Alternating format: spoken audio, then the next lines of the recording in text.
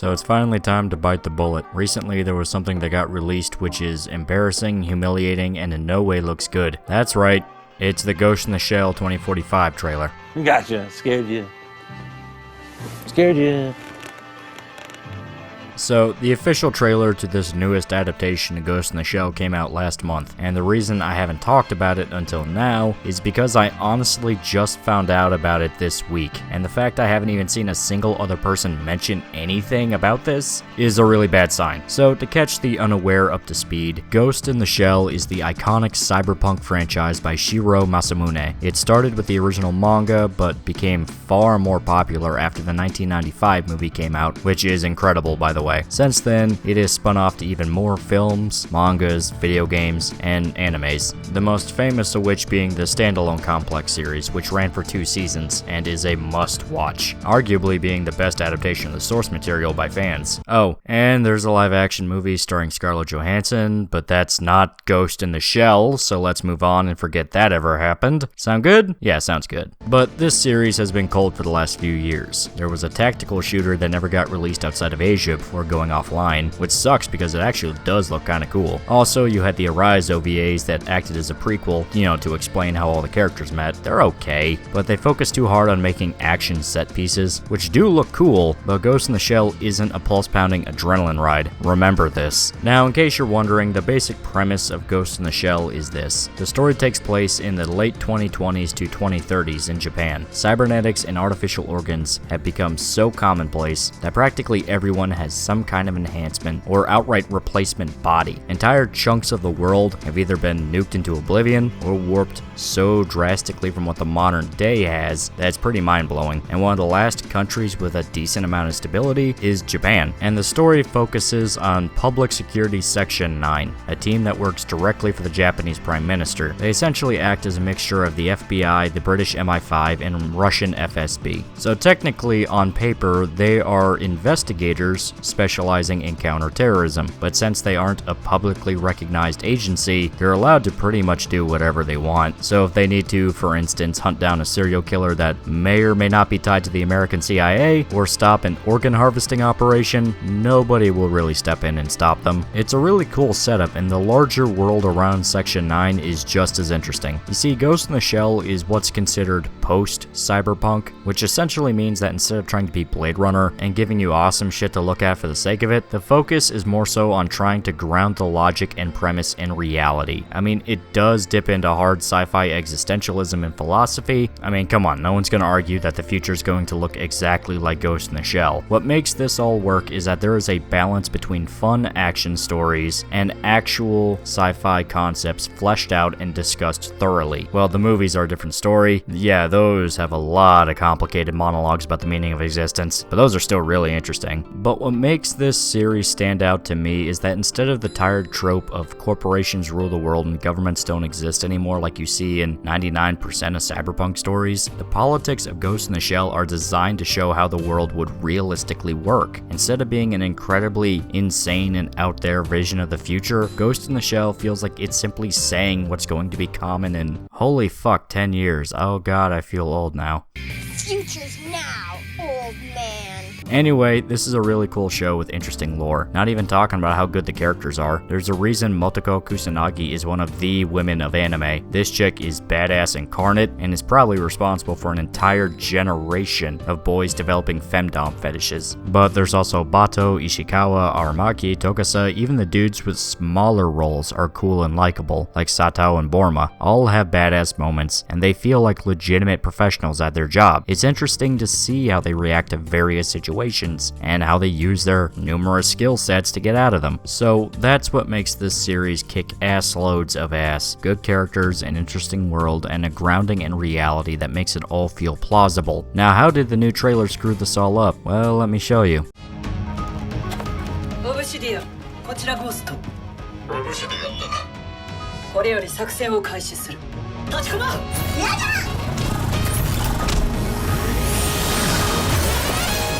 Yeah, it's CGI.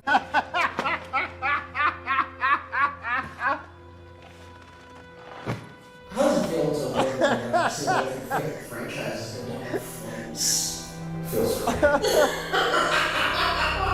So the teaser that came out a year ago already made people worried, but this new trailer put the last nail in the coffin. The new film being made by Production IG in association with Netflix, which already explains why you have an overabundance of CGI, because Netflix would rather give people micro budgets and throw whatever they can at the wall instead of taking their time and letting artists do their job, even though it always works out for them when they do exactly that, but I digress. What we know of the story is this: it's 15 years after the events of Standalone Complex, and will take place in America of all places, which is actually kind of interesting. We've never seen America in the Ghost in the Shell franchise, and the most we got are details discussing how it's essentially ripped in half and under control by two completely different factions. It could be awesome to see how the United States is impacted by this version of the future, so long as they stay away from trying to be relevant to today's times, if you know what I mean. But that hasn't been a thing for this franchise, so I'm not worried about that in the slightest. As for the actual plotline itself, in all honesty, not really that impressive. I mean, it looks like basic Ghost in the Shell shit. A guy can hack cyber brains damn near instantly. Laughing Man, or Puppet Master, seems to be in control of an army of bad guys, Individual 11, so now Section 9 has to stop them before bad things happen. There's also some mention of a dude who's post-human, so I assume that means like a melding between cybernetic augmentation and human flesh. Now obviously I can't say the story looks bad, because we don't really know what it is beyond what we see in this trailer, but my main focus isn't on the plot. Quite frankly, it might be pretty good. The team behind this new anime honestly sounds impressive. Kenji Kamiyama and Shinji Aramaki are the helm for this new movie, and both have experience with this source material. Well, technically Aramaki worked on Appleseed instead of Ghost in the Shell, but both were written by the same guys, so that's kind of semantics in my opinion. Not only that, but the movie is being written by Masamune himself, so right there, this still has potential to be interesting, but the animation just looks bad. It looks like someone took a Tales of Vesperia cutscene and redid it in the Borderlands cell shading style. The environments look bland and empty, the characters feel stiff and lifeless, and sometimes there's just an outright insane lack of detail. Character designs are alright, everyone looks how they should, and the Major herself is a cutie pie. Not only that, but it sounds like they brought back most everybody from the original voice team, which, you know, that's pretty cool. Is the animation a complete killer for the film? It's definitely possible. If it gets any worse than what we saw in this trailer, it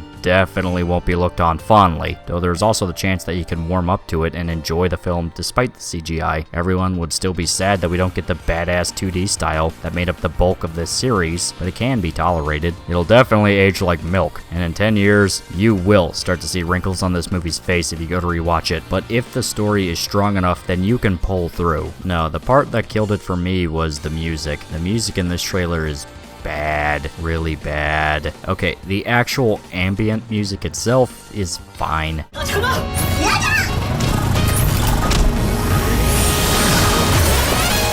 Some nice jazz trumpets in the background mixed with dramatic drum beats. However, and I really don't want to shit on the musicians' Millennium Parade that made the theme fly with me, the actual song of the trailer simply doesn't fit. It sounds like something that should go alongside a Yakuza game instead of Ghost in the Shell.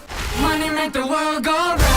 Money make the flow so down, goddamn. You monopoly, my brain must be blown up. Now, I get that they couldn't exactly get Origa to come back and work on the music, since she sadly passed away in 2015, but this new song is trash, and you would think that Kamiyama would try to contact Yoko Kanno for music, since that's basically what he always does, and that chick does good work.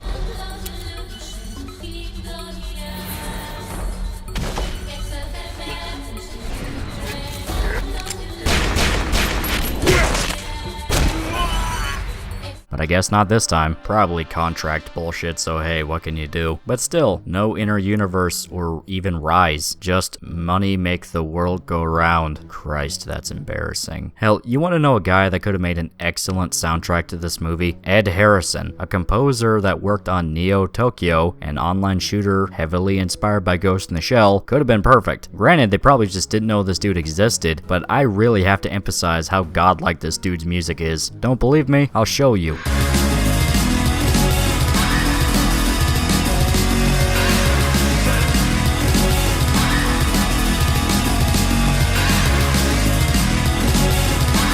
yeah, the guy is like Mick Gordon for cyberpunk music. He has a bunch of shit up on his Spotify, and I do recommend checking him out there because he needs the attention. Now, I'm not about to light a torch and say that they need to delay the whole thing and demand they hired this guy for the music. All I'm doing is showing how something that subtle can make you appreciate the whole package more. Music plays a large chunk in how you enjoy something and can help keep it in your memory. You may not remember all parts of a show or video game, but if it has good music, then you'll definitely not forget that. These are just some of the thoughts I had on the Ghost in the Shell 2045 trailer. It doesn't look impressive, and I'm really hoping it's just a weak trailer, because that's still very much a possibility. The marketing team could have just screwed up and showed us all parts that weren't cleaned up or spectacular. I'm keeping an open mind about this movie because it's Ghost in the Shell, and I love that series. I'm definitely going to make a review of this movie when it comes out. Whether or not it's going to be negative or positive is still yet to be seen. Until next time, please remember to like, comment, and subscribe. See you guys. Holy fucking shit, Doom Eternal is so good. You were never one of us. You were nothing but a usurper, a false idol. My eyes have been opened. Let me help you to see, Slayer. I'm not locked in here with you. You're locked in here with me!